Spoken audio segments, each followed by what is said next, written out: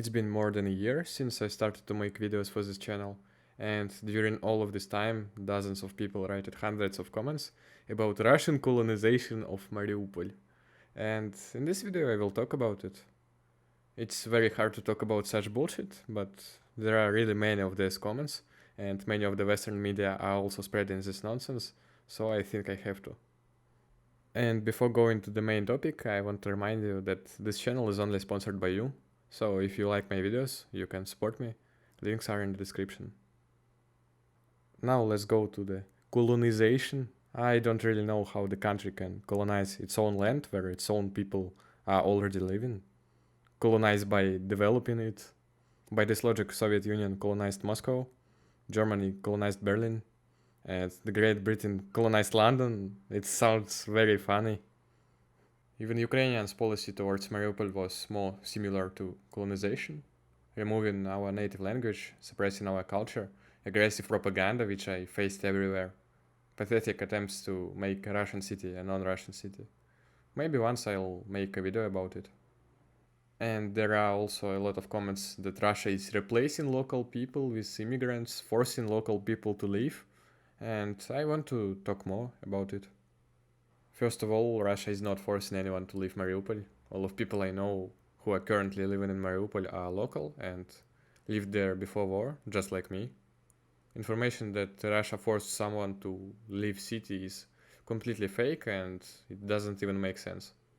And also I've met a lot of people who came to Mariupol from different places to help in reconstruction, but I never met personally anyone who moved in Mariupol to stay here. Despite there are such people, and there will be much more of them in the future, but now it's very hard to find people who moved to Mariupol to live here. But I will talk about it later in this video. Before speaking about Russians and Ukrainians, I want to talk about the Asian workers. A lot of Muslims arrived from Middle Asia to work on the construction sites. And of course Ukrainian and Western media are claiming that these guys will settle up here and make Mariupol an Islamic city. And maybe they even have a point, because there are a lot of problems with migrants, but government tries to control the situation, and I don't think many of those migrants will stay here, because most of them aren't even Russian citizens, they don't know Russian language, and in their countries they have families who are waiting for them. So they will leave Mariupol when it will be completely reconstructed. And after all, was there any way to make a reconstruction of such a big city without them? There isn't enough local workers and aren't even enough Russian volunteers who are ready to help us. So it was the only choice to invite these guys from Middle Asia.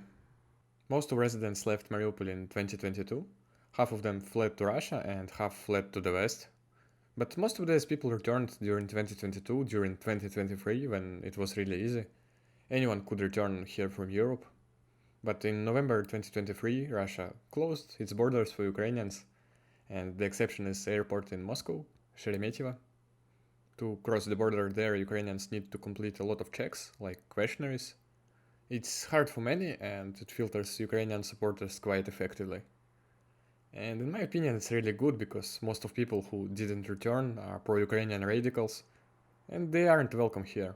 They hate us, considering us as traitors, and most of Mariupol and Donbas citizens hate them, considering them as traitors.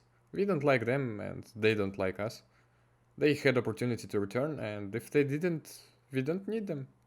Pro-Ukrainian media also crying about their apartments and houses being nationalized, but I don't see anything bad in it, because they don't like Russia, they don't want to live in Russia, so why do they need an apartments in Russia? And local people can easily confirm the ownership on the apartment or private building with no problem, just like all of people I know did.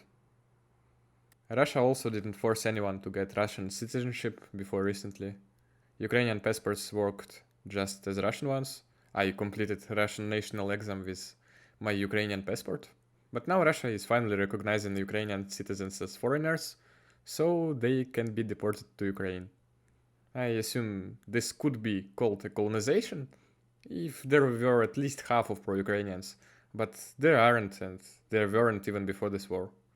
Most of people either neutral or pro-Russian. I would say only 10 or 20% are pro-Ukrainian, including those who left, and less than 5% if you count in only those who stayed. Now let's talk about the Russian colonizers. There are people in Russia who have decided to move to Mariupol to live here, and there are enough reasons for this. Nice climate, especially compared to Siberia. It's also easy to find job, especially on construction works, and the government really cares about this city. There are also some tourists, like I've met a Buryat couple when making one of my videos, and they asked me to take picture of them. Russia and DPR are officially planning to make Mariupol a resort city, so this is the future. And I also want to tell once more about mortgage apartment buildings. Russia is no more building free apartments for people who lost their housing, but instead a lot of big, beautiful and unfortunately very expensive buildings. Local citizens who live in here have a preferential rate, 2%, for mortgage, but still most of apartments bought by people from other Russian regions. Of course, people with brain issues may call all of this a colonization, but obviously it isn't.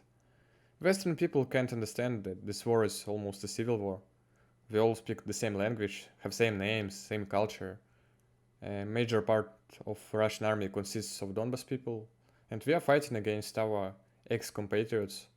People in Donbas hate Ukrainian state much more than people in any other Russian region. And as I said many times, the only difference between Russians and Ukrainians is hate towards Russia. Since I consider myself Russian, I am Russian, despite my ethnicity, which is 100% Ukrainian, or the fact that I was born in Ukraine. I'm Russian.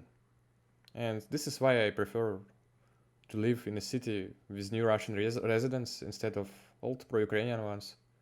We are all the same, but Ukrainians hate a lot of things that are forming a Russian culture and the Mariupol culture, and Russians aren't.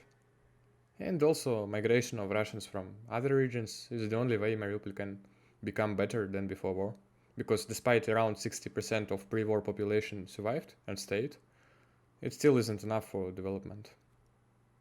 That was all I wanted to say about colonization. Now I'll talk about this channel. In next 2 months I will make an overviews on big DPR cities: Melitopol, Berdansk, Volnovakha, Severodonetsk, Lugansk, and maybe some more. I will announce it with more details a few days later. Most likely I will need your help. And I also will make few more videos about Mariupol because there are a lot of new things to show. That's all. Have a nice day.